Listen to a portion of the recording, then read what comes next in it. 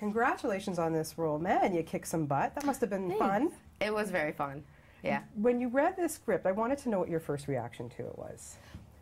My knee-jerk reaction was I didn't even read the script, and it was Denzel Washington, Gary Oldman, and the Hughes Brothers, and I was like, sign me up. And then I read the script. It was one of those things where I didn't think I was going to get it. I fought for it, assuming that I was just going to go in and have fun and really, truly not be a part of this film. I thought the script was brilliant. I thought that the actors that were in it were truly a dream come true. I mean, it would have been silly for me to pass up this opportunity, but the fact that I got to do it baffles me. What I love, what baffles you? Are you kidding? You're such a great actress. Well, thank you, but now it's one of those parts that comes around very often, let alone to be able to be in the scene with Denzel Washington and work with him for 3 months. The opportunity doesn't come around that often. So the fact that I was given at the age of 25, I am pretty happy. When you look at exactly the people that you're working with in this, especially you have Denzel on one side of you and Gary Oldman on the other side of you, how can you not learn from these people? You have to be an idiot to just not. You learn by just observing. It's not even conscious to you. You just watch them work and how they interact and how they are with the crew and each other and how they respect the process and the characters and the script. You learn, absolutely. Yeah, and what I like about Solara is when we first meet her, she's a bit timid. You don't know what to think about her, but this character really grows throughout as we get to meet her. That must have been a great challenge for you, I think. Well, it was a challenge, and it's also a privilege because very rarely do you get to, like, females in films now tag along onto the male. The male goes through the journey and the female follows, is usually how it happens. And so to be given the opportunity to actually go on your own journey in this, and Denzel's character goes on this massive journey, my character evolves and grows and becomes a woman, it was one of those parts that doesn't come around very often. Yeah, and so tell me a little bit about working. Let's start with Denzel Washington, and because you're by his side so much in this film, just, what was it like to watch him work? It was great. It's one of those things where you almost forget that you're next to Denzel Washington after a certain period of time, that it's just, a guy you work with, and it's somebody that, is just a brilliant actor. But yeah, once in a while I think I have to step back and be like, I need to appreciate what I have in front of me. Yeah, and did you find that because in the film he's, he kind of takes you on as a bit of a father figure in a way, was it kind of like that on set as well? I mean, yes and no, he's very protective and he was very welcoming and very warm, which I appreciate because easily he could be very intimidating. And he made a conscious decision to let this be a very comfortable atmosphere for me and kind of help me learn and grow in the process of the film. So yeah, absolutely. Okay, Gary Oldman, not so nice to you in this movie. No, not so nice in the movie. Character-wise. Yes. But wow, I mean, we're talking veteran here. Yeah. Working with him must have been, and I hear he's a funny guy too. He's very funny. Gary and I had a great time. I mean, I think Gary and I had a lot of good laughs. He's one of the funniest people I've ever worked with, and I think people don't realize that about him. He's also brilliant because as amazing of an actor as he is, he snaps out of it so quickly that it's almost baffling to me how he does it. He truly will be in the scene and he's beating up my mother and hurting this and being so aggressive and so mean in the yell cut. And he starts tap dancing across the set and singing the theme to the Monkees. And I was like, how is this possible? Like, I'm still crying trying to get over the scene, and he's like, we are the Monkees. And I was like, Gary, what are you doing? And that's how he is. He can, but he's so smart. And this is the first time, this is what I think makes Gary brilliant, and this is what I think sets him apart from everybody else. We were shooting a scene, and we finished it, we moved on, we did something else. The next day he came to work and he was like, you know what, I thought about this, I want to go back and reshoot that scene. I think I could do better.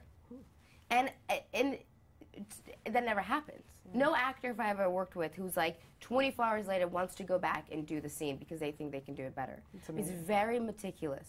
Very amazing. Yeah. Wow, especially somebody of his caliber Absolutely. as well. I mean, he's brilliant. Yeah. Shooting conditions. Had to have been a nightmare.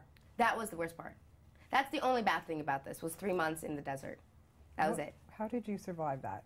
Everybody was in the same boat. If the boat was going to sink, everybody sank with it. It was one of those things where it wasn't glamorous. Nobody had anything special. Everybody was in the same desert, in the same sandstorm. Let's talk about, just working with the weapons and that type of thing. And are you a good bowler? Because, boy, did you throw that grenade pretty well.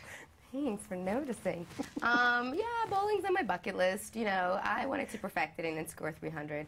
I'm not the greatest bowler, but I have bowled.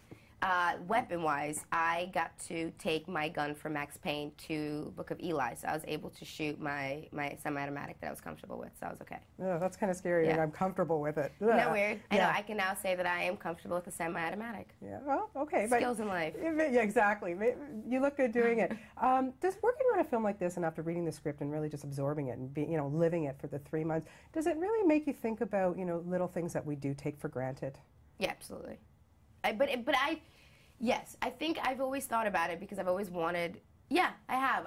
There's one phrase that I've lived by for as long as I can remember, probably about 15 years, and it all has to do with just appreciating what you have. And yeah, I think this movie made me think a lot more about it. Yeah, totally. I thought about it a lot after I watched it as well. Hughes Brothers. Now, when you have, not only directors, that are splitting the bill here, but they're twins. Mm-hmm. Okay, who does what? Who do you listen to? Who fights with who? Tell me their process. It's brothers. I mean, I don't know. Have you ever hung out with two brothers? There could be any siblings. They're crazy. Let alone twins. These two are brilliant. They're brilliant directors, and they fill each other's gaps like I've never seen. I will give them credit. I think through trial and error, they learned that they can't both go at an actor at the same time. You just can't both go in with notes together because you don't know who's coming from which end. So what they do is they're in a tent, they watch, they collaborate, they discuss notes, and then one gets sent out to deliver the notes. So it does make things a little easier. I would say Albert is a little more on the technical side of things, mm-hmm. and Alan's a little more on the dialogue aspect of things. But they both, they both have notes on everything. Brilliant guys. Yeah, very brilliant. I mean, their vision for this film is just insane. Absolutely. Yeah. You have to see these lookbooks. I don't know if anyone's ever seen them, but before the film was done, Albert Hughes created these lookbooks to be passed around, and it was like the vision for the film, and it was just like things he pulled, and Charlie Parrish did it with him. And it was just everything you see in the movie all came from these lookbooks that they put together. Amazing, amazing. You're so great. We have obviously grown up watching you do comedy, and you've had now your opportunity to do really some heavy-duty drama. What do you find harder? Drama. Oh, you're so from Canada? Drama. Drama. What can I tell you? What do you prefer? What do you find harder? I think they're all equally as hard. I think that anytime anything becomes easy, it becomes boring. And why be bored? I don't ever want to be comfortable in a genre. Yeah. I don't think I'm that funny. So A, I'm not comfortable in comedy. I don't understand why I keep doing comedy. I really am not that funny. I'm sarcastic. I'm not funny. But I keep getting hired and I won't complain. I'm baffled. I think comedy makes me more nervous than anything else. Yeah, but dear, you just shot a film with Steve Carell and Tina Fey. Need I say more? Listen, I don't know what to tell you. I don't even know how I got that job. None of this makes sense to me. I'm very lucky. I'm very, very lucky. And I'm not saying that I don't work hard because I work my ass off, but I'm very lucky in the things that I've been able to do. But yes, to be in a scene with Tina and Steve, it was crazy. Yeah. I was like a little kid in a candy store. Yeah, I can't wait to see that.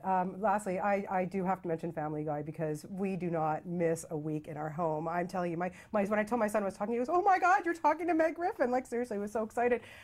Take me through a table read because I would give $1 million to sit at a table read for Family Guy. How about for free? I'm going to invite you to come to a table read. I would totally. And I'm not kidding. I swear. This weekend's show, the one with the Family Feud, which I know you probably voiced. That was like a year ago. Yeah. I have it on my Facebook, and I get millions of people watching that bonus round. Give Nancy your number. I will call you next time we have a table read that I'm going to. Table reads are on Tuesday mornings at 10 a.m. Absolutely come. You do not need $1 million. Come and hang out. Okay. It is the most fun you're going to have for an hour. I will fly in just for that. I will hold you to it. You are fantastic, and it's such a great opportunity to talk to you. Thank you.